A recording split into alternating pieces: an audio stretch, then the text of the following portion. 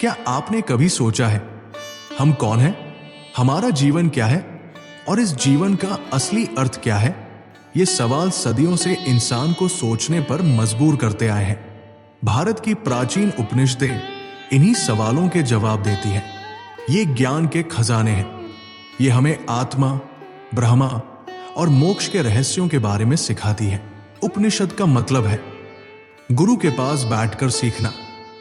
ये सिर्फ पढ़ने की किताबें नहीं है, ये जीवन जीने की कला सिखाती है। हमारी ये चर्चा उपनिषदों के ज्ञान पर आधारित है। हम समझेंगे मन की शांति कैसे पाई जाए और मोक्ष यानी आंतरिक मुक्ति का क्या अर्थ है। तो चलिए एक गहरी सांस लें, मन को शांत करें और इस अद्भुत यात्रा की शुरुआत करें। उपनिषदों की शुरुआत एक आध्यात्मिक खोज से हुई। ये खोज थी जीवन का अर्थ और ब्रह्मांड का रहस्य जानने की। भारत की प्राचीन वैदिक संस्कृति में लोग प्रकृति की पूजा करते थे। वे सूर्य, चंद्रमा, अग्नि और वायु को देवता मानते थे। लेकिन धीरे धीरे कुछ जिज्ञासु मन इस बाहरी पूजा से आगे बढ़े। उन्होंने पूछा, क्या ये सृष्टि सिर्फ इन्हीं तत्वों से बनी है या इसके पीछे कोई अदृश्य शक्ति है? यहीं से शुरू हुई आध्यात्मिक खोज। ये जिज्ञासु लोग जंगलों में गए, ध्यान और साधना की और आंतरिक अनुभव से उन्हें ज्ञान प्राप्त हुआ। यही ज्ञान आगे चलकर उपनिषदों के रूप में लिखा गया। उपनिषद शब्द का अर्थ है गुरु के पास बैठकर सीखना। यह ज्ञान गुरु से शिष्य तक मौखिक रूप से दिया जाता था। इन ग्रंथों में प्रश्न और उत्तर के रूप में ज्ञान दिया गया है। उपनिषदों को वेदों का अंतिम भाग माना जाता है, इसलिए इन्हें वेदांत भी कहते हैं। इनका उद्देश्य है आत्मा और ब्रह्मा का ज्ञान देना। कहा जाता है कि 108 उपनिषद है। इनमें से कुछ प्रमुख हैं। 1. ईशोपनिषद, ईश्वर सर्वव्यापी है। 2. कठोपनिषद, मृत्यु और आत्मा का रहस्य। 3. मांडुक्य उपनिषद, ओम मंत्र का महत्व। उपनिषदों ने हमें सिखाया कि सच्चा ज्ञान बाहर नहीं, भीतर है और मन की शांति आत्मा के ज्ञान से आती है। तो चलिए आगे बढ़ते हैं और इस रहस्यमय ज्ञान को और गहराई से समझते हैं। आत्मा और ब्रह्मा, ये दो शब्द उपनिषदों के सबसे गहरे रहस्य को प्रकट करते हैं। ये रहस्य है हमारी असली पहचान का। आत्मा क्या है? उपनिषद कहते हैं आत्मा वो शक्ति है जो अमर है। ये जन्म नहीं लेती और मरती भी नहीं। ये शाश्वत है, यानी हमेशा रहने वाली। हम शरीर नहीं है, हमारा मन भी नहीं है। हम हैं आत्मा, अहम ब्रह्मास्मि। ये उपनिषदों का एक प्रसिद्ध वाक्य है। इसका अर्थ है मैं ही ब्रह्मा हूं। अब सवाल उठता है, ब्रह्मा क्या है? ब्रह्मा वो है जो हर जगह है। ब्रह्मा वो है जिससे ये सारा ब्रह्मांड बना है। ये ऊर्जा है जो हर जीव में, हर कण में विद्यमान है। उपनिषद सिखाते हैं आत्मा और ब्रह्मा एक ही है। जैसे समुद्र में उठने वाली लहरें समुद्र से अलग नहीं होती, वैसे ही आत्मा और ब्रह्मा अलग नहीं है। लेकिन हम इस सत्य को भूल गए हैं। हम अपने आप को सिर्फ शरीर और मन तक सीमित मान लेते हैं। यही अज्ञान, अविद्या है। विद्या या ज्ञान हमें यह सिखाता है कि आत्मा और ब्रह्मा का अनुभव कैसे किया जाए। 1.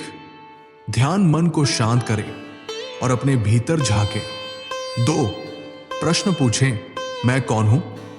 क्या ये शरीर ही मेरा अस्तित्व है? 3. श्वास पर ध्यान दें, अपने अंदर की ऊर्जा को महसूस करें।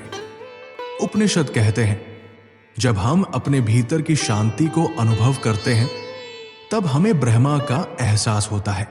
ये एहसास मोक्ष की ओर ले जाता है। तत्वम असि, यानी तुम वही हो। इसका अर्थ है हम सब में वही ब्रह्मा है, हम अलग नहीं हैं। इस गहरे ज्ञान को समझने के लिए ध्यान और आत्मावलोकन जरूरी है। जब हम ये अभ्यास करते हैं, तब हमें एहसास होता है कि जीवन में सच्ची शांति हमारे भीतर ही है। आइए इस रहस्य को अपने जीवन में अपनाएं और आगे बढ़े मोक्ष के मार्ग की ओर। उपनिषद हमें जीवन का सार और आध्यात्मिक मार्ग सिखाते हैं। उनकी शिक्षाएं सरल, गहरी और आज भी उतनी ही प्रासंगिक है। एक, तत्वम असि, तुम वही हो। इसका अर्थ है तुम ब्रह्मा के समान हो। उपनिषद सिखाते हैं कि हम सब में ईश्वर का अंश है। हमें अपनी आंतरिक शक्ति और दिव्यता को पहचानना चाहिए।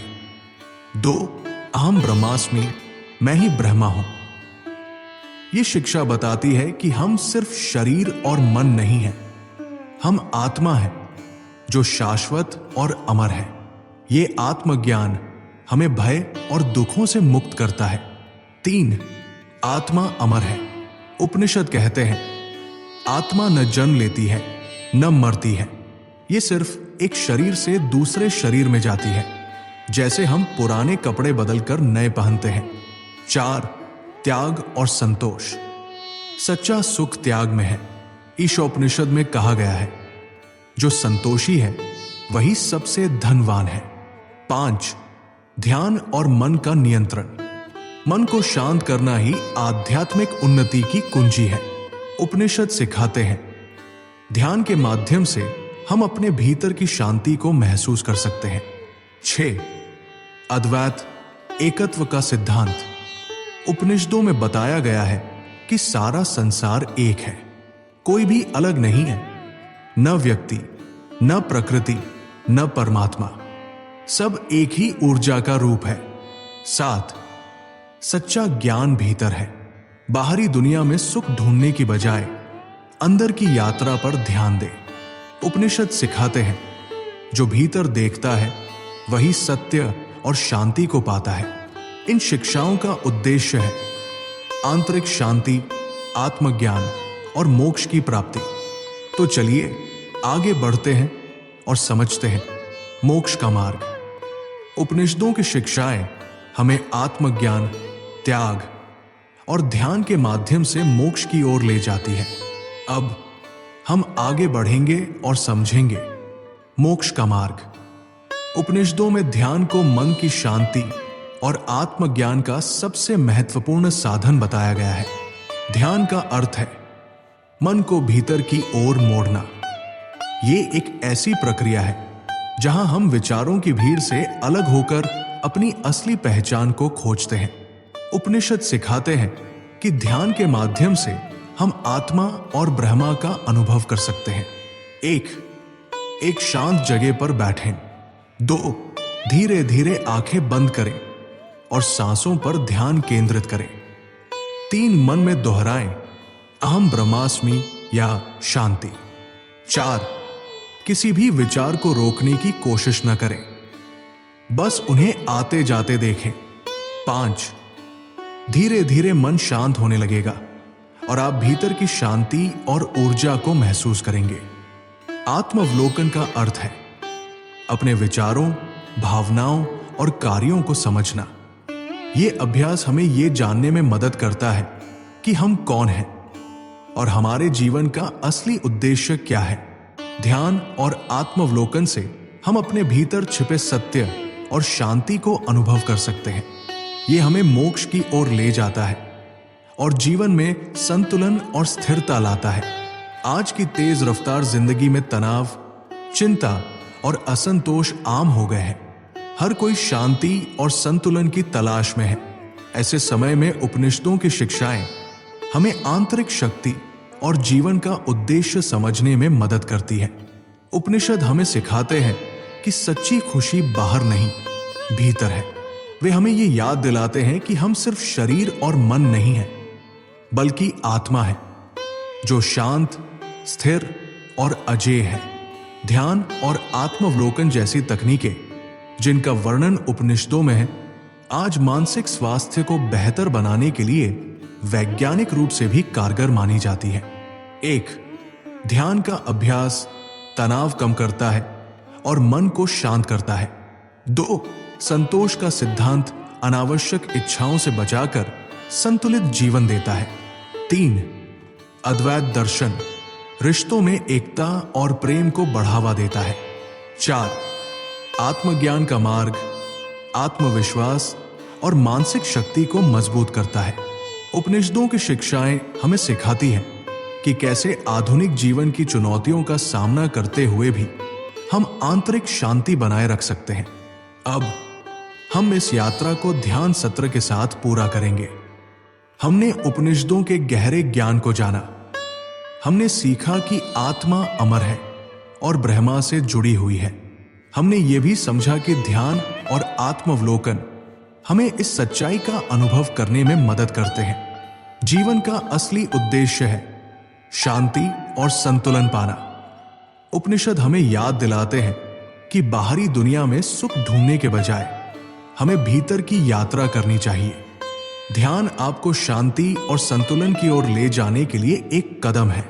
उपनिषदों की शिक्षाएं हमें याद दिलाती हैं कि सच्चा मोक्ष बाहर नहीं बल्कि हमारे भीतर है। अगर आपको हमारा ये सेशन पसंद आया हो तो हमारे चैनल को लाइक करें, शेयर करें और सब्सक्राइब करना न भूलें। बेल आइकन को भी दबाएं ताकि आपको हमारी नई वीडियो की जानकारी सबसे पहले मिल सके। धन्यवाद।